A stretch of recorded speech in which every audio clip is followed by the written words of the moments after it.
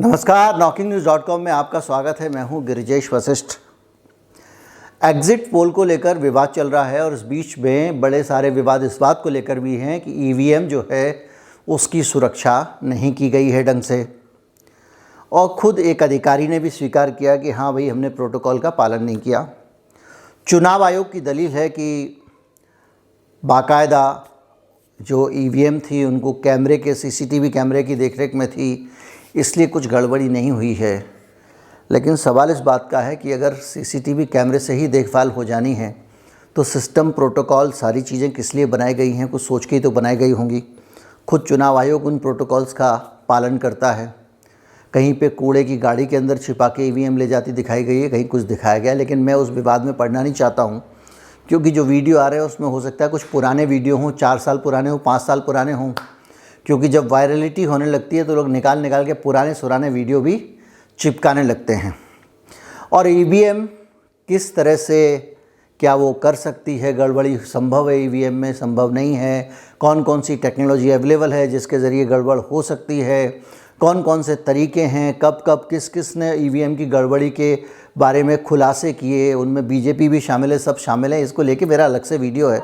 आज मैं ईवीएम पे बात नहीं करने जा रहा हूँ, लेकिन हाँ, वो वीडियो आप देखना चाहें तो मैंने अपने कम्युनिटी टैब में आज डाल दिया है और आप उस वीडियो को देख सकते हैं। उसका लिंक वहाँ आपको मिल जाएगा और मैं कोशिश करूँगा कि वो लिंक मैं ऊपर भी लगा दूँ। और अब इस ईवीएम के आरोप के बीच में सबसे ज़्यादा चर्चा है ईवीएम से जुड़े हुए एक और विषय की, और वो विषय है एग्जिट पोल। पूरे जीवन में बहुत सारे एग्जिट पोल करवाए हैं। कई तरह के एग्जिट पोल अलग अलग मीडिया संस्थानों में अंदर से देखे हैं, नज़दीक से भी देखे हैं, बाहर से भी देखे हैं, और उन पे सवाल भी उठाए हैं जो सिस्टम के अंदर होते हैं। तो आज मैं एग्जिट पोल पे बात करूंगा, अपनी राय एग्जिट पोल पे आपको बताऊंगा, कुछ और बातें उसके समर्थन में करूंगा। कहीं मत जाइए, चैनल को सब्सक्राइब कर लीजिए। अभी हाजिर होता हूं, लौट के आता हूं। अगर इस बीच में आप अपने मित्रों को बुलाना चाहें तो इसका जो लिंक है वीडियो का वो शेयर कर दें। और अगर आप हमारे चैनल को सपोर्ट करना चाहते हैं तो हमारा UPI ID डिस्क्रिप्शन में है, उसके ज़रिए आप भुगतान कर सकते हैं। और हमारा UPI ID आपको कई जगह बारकोड की शक्ल में भी वीडियो पे दिखेगा, उसको भी आप स्कैन करके भुगतान कर सकते हैं। मैं अभी हाजिर हुआ।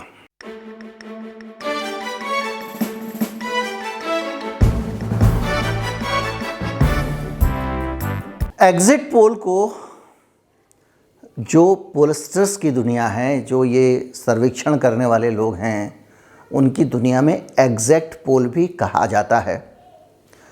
और मेरे कई बार अनुमान निजी जीवन में, फेसबुक पर भी, और बहुत सारे जो सेफोलॉजिस्ट हैं, जो लोग सर्वे करते हैं, उनके साथ विवाद में भी उनके पोल से अलग थे जो सही साबित हुए हैं।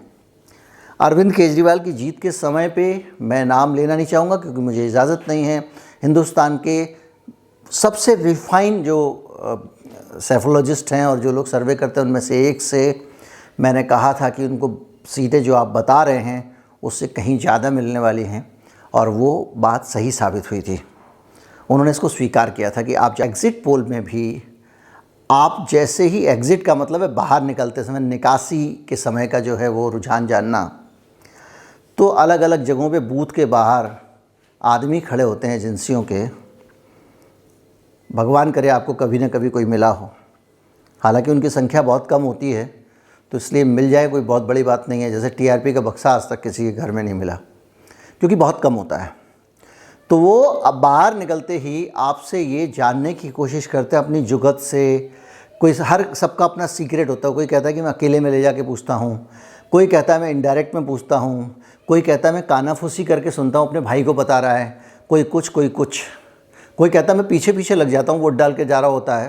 वहाँ पे फ्रीलांसर लोग होते हैं, नए लड़के होते हैं, और वो उस तरह से डाटा इकट्ठा करते हैं, और वो जो डाटा है वो भेजा जाता है। और उस डाटा के बेसिस पे मैंने 1000 लोगों का डाटा लिया या 2000 लोगों का डाटा ले लिया, और 2000 लोगों के अंदर मैं परसेंटेज छांटता हूँ कि भाई इस सीट पे 200 लोग थे जिनका हमने डाटा लिया, और उनमें से 60% लोग थे ना, वो बीजेपी को वोट दे रहे थे। यानी 60% वोट बीजेपी को जा रहे हैं, 60% वोट बीजेपी को डाल रहे हैं, ठीक है। उसके बाद में वो उस परसेंटेज को अपने कैलकुलेशन से सीट में कन्वर्ट करते हैं और वो आपको बताते हैं।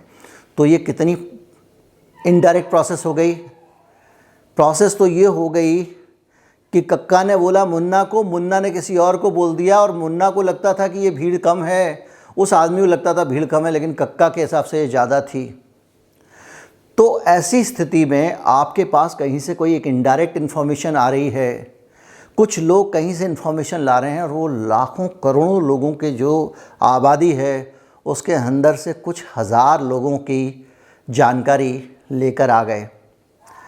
और इस बात की क्या गारंटी है कि जिस आदमी से आपने पूछा उसने आपको सही जवाब दिया, और इस बात की क्या गारंटी है कि जो फील्ड में आपका आदमी था उसने सही जानकारी दी, कोई मिलावट नहीं की, घर बैठ के रिपोर्ट नहीं बना दी, और इस बात की क्या गारंटी है कि उसका जो सुपरवाइज़र है उसने उस आंकड़े में हेर फेर नहीं की, किसी के प्रभाव में नहीं आ गया, किसी के कचौड़ी समोसे नहीं खा गया, छोले भटूरे नहीं खा गया, रसगुल्ले नहीं खा गया।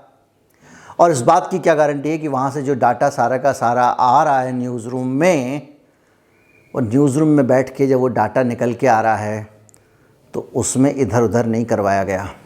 एक पक्की बात मान लीजिए, देखिए मैं बहुत सारे संस्थानों में काम कर चुका हूँ, लेकिन मैं ये भी मानता हूँ कि वहाँ जो कुछ हुआ वो एक गुड फेथ की चीज़ है, उन्होंने मुझ पे यकीन किया, इसलिए मैं वो सारी चीज़ें जानता हूँ।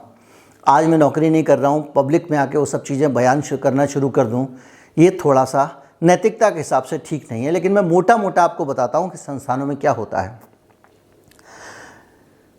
संस्थानों का एक रुझान होता है, अगर योगी जी साल भर आधे घंटे का विज्ञापन दे रहे हैं मुझे मेरे चैनल पे करोड़ों रुपए का,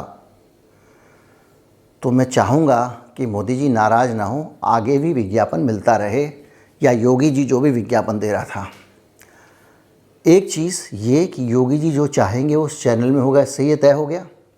दूसरी चीज़ ये कि जो एजेंसी है सर्वे करने वाली, उसके साथ जो कॉन्ट्रैक्ट करें, ये एजेंसियों के बीच में कंपटीशन है कि भाई वो चैनल मुझे लेगा या किसी दूसरे को ले लेगा, तीसरे को ले लेगा, चौथे को ले लेगा।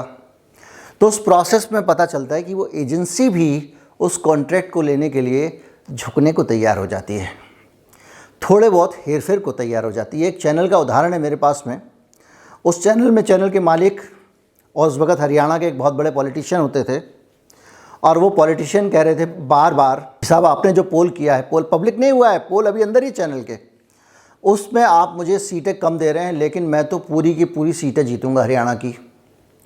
और जो पोल करने वाली कंपनी थी वो कह रही थी कि साहब हमारी भी साख का थोड़ा ख्याल रख लो, अगर हम 100% सीटें इनको दे देंगे तो कितनी बेइज्जती हो जाएगी। और चैनल का मालिक कह रहा है कि यार कुछ करो, देखो बहुत नाराज़ हो जाएंगे लाला जी, और ये से जो नेताजी हैं इनसे हमको बड़ा फंड मिलता है। इस पूरी घटना का मैं गवाह हूँ। और बाद में इस बात पे उनको मना लिया गया कि साहब झूठ मूठ में 2-4 सीटें तो कम करने दो, लेकिन जब नतीजे आए चुनाव के तो नेताजी सही थे, उन्होंने सारी सीटें जीती थी। ये रिकॉर्ड पे है। तो इस तरह के मैनिपुलेशन होते हैं जिसमें चीज़ों को इधर से उधर किया जाता है। दूसरा, बहुत ज़्यादा ईमानदार भी है संस्था। तो जो आदमी बैठ के डाटा कंपाइल कर रहा है वो संस्था के बॉस से पूछता है, बॉस ये क्या सुपड़ा साफ हो रहा है मोदी का। 2014 के पोल की बात कर रहा हूँ, जो बहुत एग्जैक्ट पोल थे, जिसमें ज़्यादातर एग्जिट पोल सही साबित हुए थे। इतनी सीट नहीं आ सकती मोदी की बॉस, नहीं हो ही नहीं सकता। ऐसा ना हो हमारा पोल गलत हो जाए, ऐसा ना हो कि जो फील्ड में लड़के बैठे हुए उन्होंने गलत डाटा भेज दिया हो।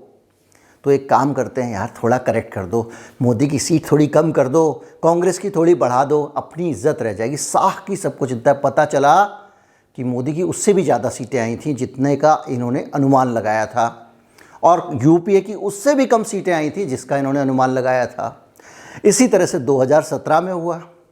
तो अलग अलग जगहों पे कई बार जो पोलस्टर्स होते हैं वो अपने आप भी डाटा में करेक्शन करते रहते हैं, उनको भरोसा नहीं होता है।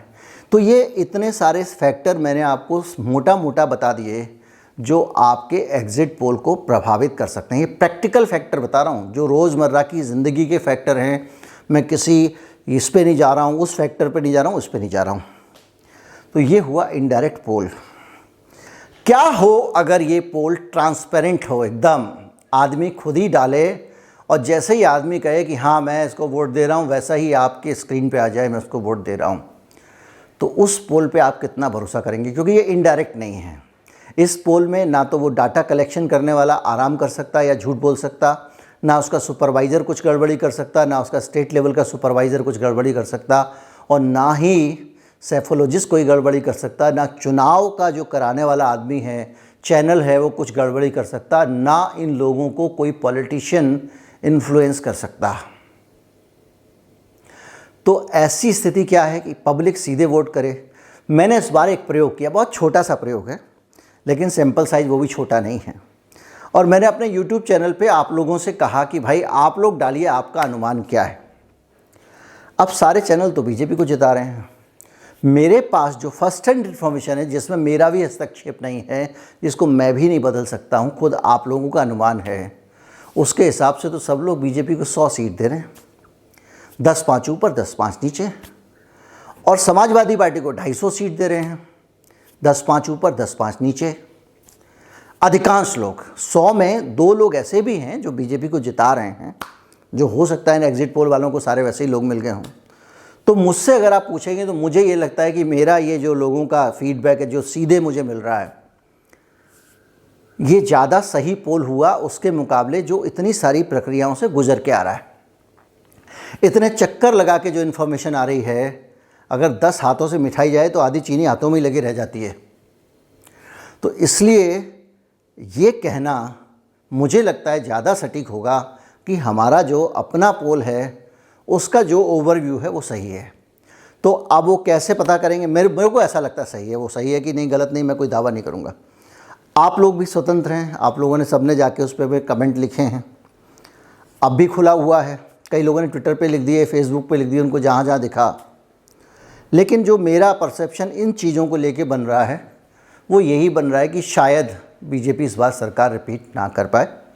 दूसरा मेरा परसेप्शन ये बन रहा है, क्योंकि मैं उत्तर प्रदेश में रहता हूँ, उत्तर प्रदेश के कई इलाकों में हाल में मैंने ट्रैवल किया, आपने देखा होगा।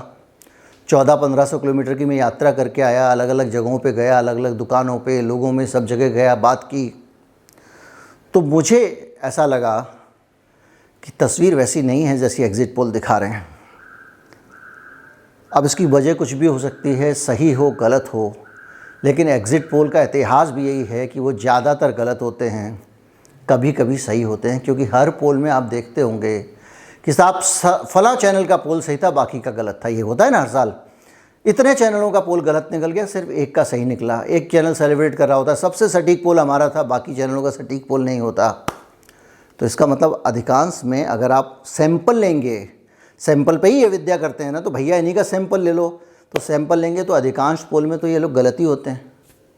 कभी कभी सही निकल जाते हैं और कभी कभी सारी गलत निकल जाते हैं, एक आध सही निकल जाता है। और ज़्यादातर ये भी देखा गया कि कभी कभी एक लीक से हटके होता है, वही सही निकल जाता है। तो कुछ भी हो सकता है। बहरहाल ये एक चकल्लसबाजी है, सट्टेबाजी है। बहुत सारे लोग सट्टेबाजी नहीं जानते, तो बता दूं, कई लोग अलग अलग चीज़ों पर सट्टा खेलते हैं। जैसे कई लोग इस बात पर सट्टा खेल जाते हैं कि बादल देख के बारिश आएगी कि नहीं आएगी। बोले बारिश आएगी तो मैं 5 रुपये हार जाऊँगा, नहीं आएगी तो तुम हार जाओगे। तो उसी तरह का मनोरंजन है, 3 दिन नतीजा आने के बीच में, उसको उसी तरह लीजिए। असल नतीजे, असल पोल तो वही है जो वहाँ डला हुआ है, ये तो बीच का टाइम पास है। उम्मीद करता हूँ वीडियो आपको अच्छा लगा होगा। अच्छा लगा हो तो ज़्यादा से ज़्यादा लोगों तक पहुँचाएँ, चैनल को सब्सक्राइब कर लें, वीडियो को शेयर करें। नमस्कार।